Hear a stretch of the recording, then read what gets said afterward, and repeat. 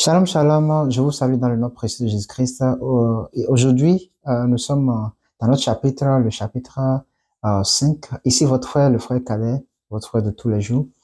Nous venons aujourd'hui dans notre émission Christ révélé dans le chapitre 5. Nous avons parlé du chapitre 4 la dernière fois et nous avons souligné certains traits par rapport de la Genèse 3, du verset 14, je crois bien verset 14, verset 19.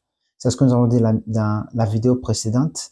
Aujourd'hui, nous continuons dans une autre vidéo du chapitre 5 et ce sera à partir du verset 19. Du verset 19, nous irons cette fois-ci jusqu'au verset 24 pour finir ce livre de Genèse. Et je rappelle ici que l'émission Christ révélé vient ici mettre en évidence d'où est-ce que Jésus-Christ est venu, pourquoi est-ce qu'il est venu sur la terre, quelles sont les raisons pour lesquelles Jésus-Christ est là et qui est Jésus-Christ, qui est-il réellement. Ici, nous venons pour mettre en lumière, n'est-ce pas, en lumière la confusion chez certaines personnes et mettre en évidence vraiment qui est-ce que Jésus-Christ normalement est venu sur cette terre, qu'est-ce qu'il est venu faire réellement, pourquoi il est venu. Donc, c'est dans ce cas que nous avons l'émission Christ révélé. J'avoue, entre parenthèses, je le dis ici, que j'étais musulman et aujourd'hui je suis devenu chrétien. C'est tout ça, ce que j'ai expérimenté et ce que j'ai vécu avec Jésus-Christ, que je viens ici partager. Et entre parenthèses, aussi, j'avais déjà parlé de mon témoignage, de ma transition. Vous pouvez voir déjà mes vidéos très précédemment, il y a de cela des mois. Vous pouvez les suivre pour pouvoir comprendre pourquoi est-ce que nous faisons ceci. Alors, sans plus tarder, nous irons dans le verset de ce jour qui est à partir du verset 20 du chapitre 3. Je lis dans le nom de Jésus-Christ.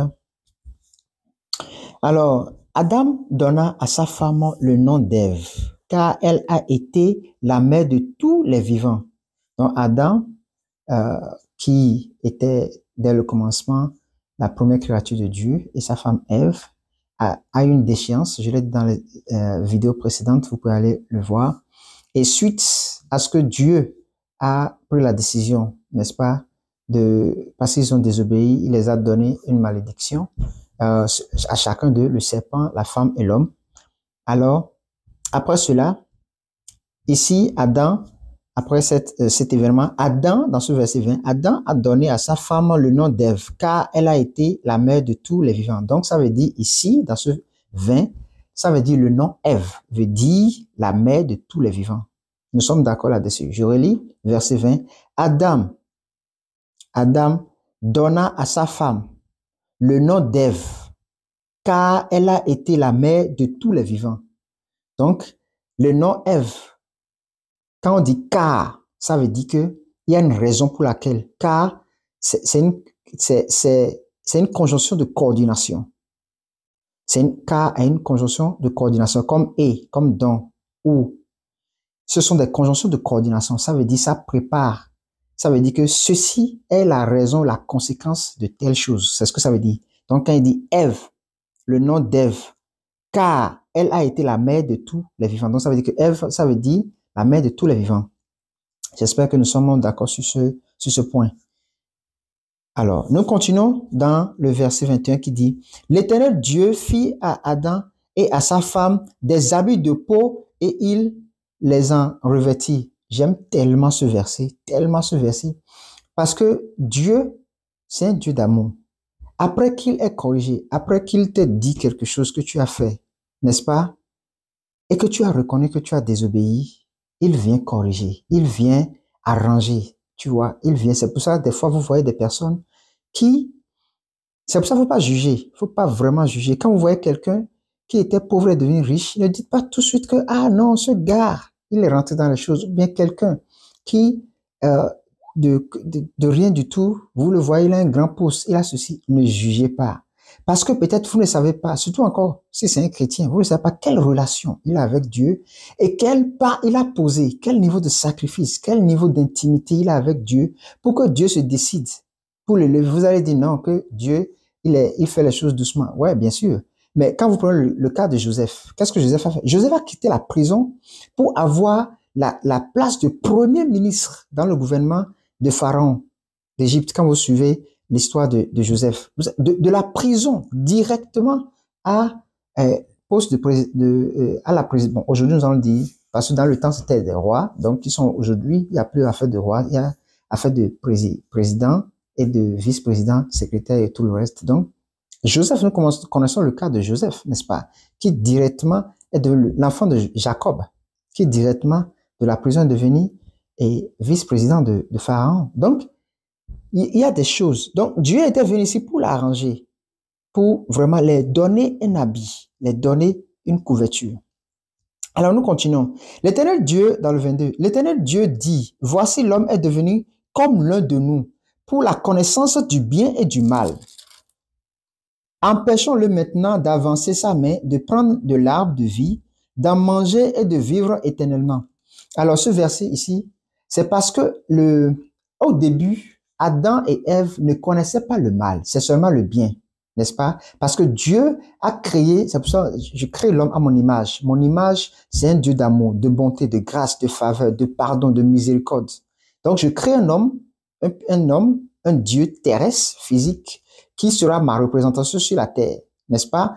Et il a créé, mais il n'a pas suivi le commandement de Dieu. Dieu mettant un arbre, l'arbre de vie, qui est au milieu de, comment on appelle, au milieu du jardin, et je rappelle que c'est l'arbre de vie et de mort, n'est-ce pas? La vie pour la vie éternelle, la mort pour la condamnation et le jugement, c'est cet arbre-là.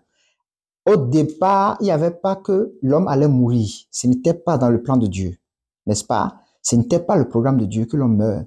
Mais c'est à cause des péchés, de la désobéissance qui a fait que Dieu a commencé par mettre comment on appelle, des restrictions et a commencé par revoir, n'est-ce pas, les choses qu'il avait dites à l'homme sous conséquence. Si tu fais ça, je fais ça. Si tu ne fais pas, voici les conséquences. Donc, comme l'homme a désobéi et il a vu que, il a déjà connaissance du bien du mal. C'est pour ça, lorsqu'ils ont mangé, les yeux se sont ouverts. C'est comme les écailles qui les empêchaient de voir le mal. C'est que peu importe ce que tu fais, la personne voit seulement le bien. C'est parce que l'écaille qui les empêchait de voir le mal, de voir l'autre, de juger l'autre et tout, Dieu avait fermé cela, n'est-ce pas? Et quand ils ont mangé le fruit, ils ont eu la capacité de choisir le bien du mal. Et ça a fait que ils ont su qu'ils étaient nus, ils ont fui et ils se sont cachés. Alors, Dieu a dit qu'il va les priver de cet arbre de vie, afin qu'ils ne vivent plus éternellement. Et l'Éternel Dieu le chassa du jardin d'Éden pour qu'il cultive la terre d'où il avait été prise. Donc, le jardin d'Éden, c'était en quelque sorte comme le paradis, n'est-ce pas, que nous allons revoir très bientôt par la grâce du Seigneur. Et il les a chassés de là, parce qu'ils avaient tout. Il y avait les fruits, il y avait tout ce qu'ils voulaient. Il avait de l'eau vive, vraiment. Il avait tout. Il était avec les animaux qui sont avec lui. Il passait du temps ensemble. Les lions, tout allait très bien, n'est-ce pas? Il n'avait pas connaissance qu'il était nu. Il n'avait pas connaissance aussi que, bon, il faut travailler avant de manger. Il faut chercher l'argent avant de subvenir à ses besoins. L'homme ne connaissait pas cela. Donc, suite à la malédiction, Dieu maintenant les a chassés, n'est-ce pas, du jardin d'Éden où il y avait toutes sortes. C'était la première promesse, n'est-ce pas? C'était la première promesse. Et donc, Dieu les a chassés de cette première promesse, n'est-ce pas? Il a fermé cette page pour en ouvrir un autre. C'est ce qui a fait que ils ont quitté le jardin comme Dieu a fait, il les a chassés. Parce que dans le jardin, il y avait encore l'arbre de vie et de la mort, n'est-ce pas? L'arbre du bien et du mal. Le bien et le mal, c'est ça qui est la vie et la mort. Alors, et donc, l'Éternel Dieu, voilà, le 24 dit, c'est ainsi qu'il chassa Adam et il mit à l'orient du jardin d'Éden les chérubins qui agitent une épée flamboyante pour garder le chemin de l'arbre de vie. Amen. Donc, c'est ce qui s'est passé après la condamnation, après que Dieu a jugé, a tranché. Il les a privés de la vie, et du bien et du mal, qui est en quelque sorte la vie. Et puis, la vie réelle a commencé là. Alors, je m'arrête ici. Je reviens dans un autre chapitre, le chapitre 6. Shalom.